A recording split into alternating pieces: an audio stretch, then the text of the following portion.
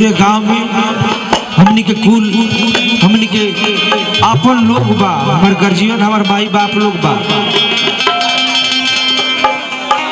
ये हाला बंद करो सही यार तनी हाला बंद कर लो भाई। सबसे बुझाता नहीं कि हम का गाई उनकर आत्मा के एगो हल्का में वही स्वर्गीय भिखारी ठाकुर के एगो भाव लागल जनी भैया।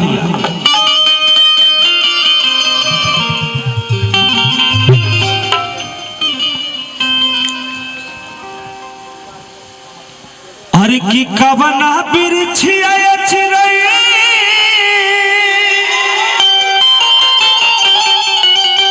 अरे खेतवा लगवलू जाके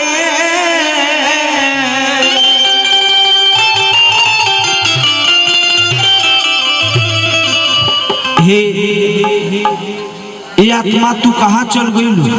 तने बैठनो रहता। ए आत्मा तू कहाँ चल गइल? कौन रूप तू लेबू?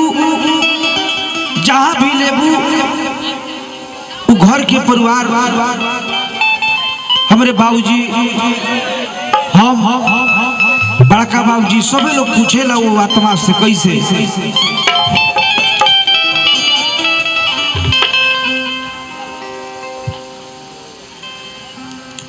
अरे की कवना बिरछिया चिरई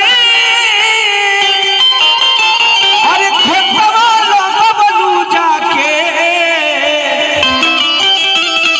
अरे सुनी कोई के गाना हमारा हो उड़ गइलू पखिया पासार हो।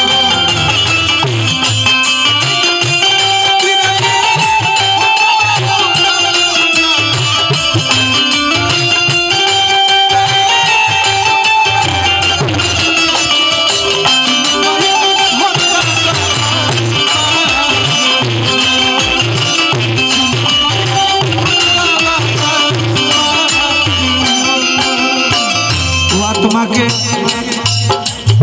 खोजे खातिर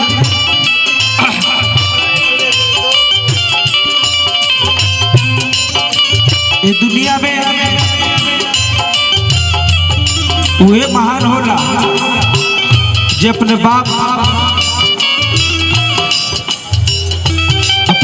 की सेवा अपने माई की सेवा करो करा से बड़ कोनो सेवा नहीं की।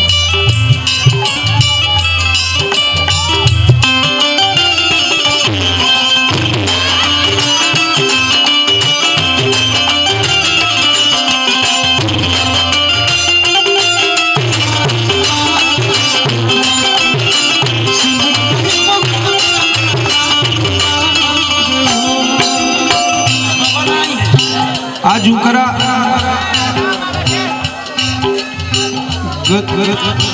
गैला से जीवन में और केहू के खले ना खले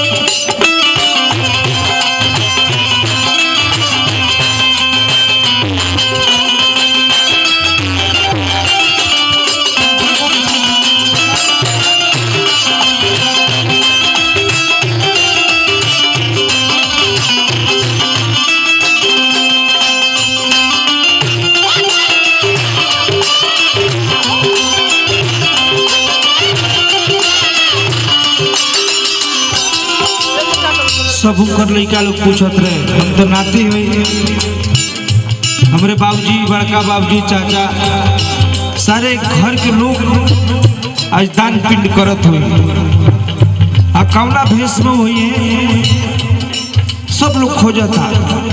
बाकी सबसे ज्यादा दिन में हाँ हमारा बना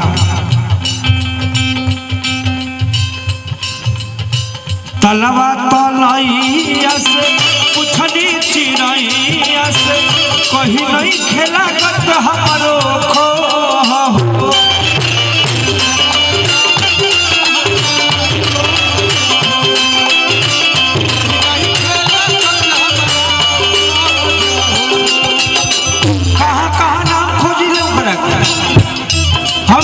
परदेसी आदमी 20-25 दिन महीना दिन पर 1-2 दिन घरे आइले। ये गांव के लोग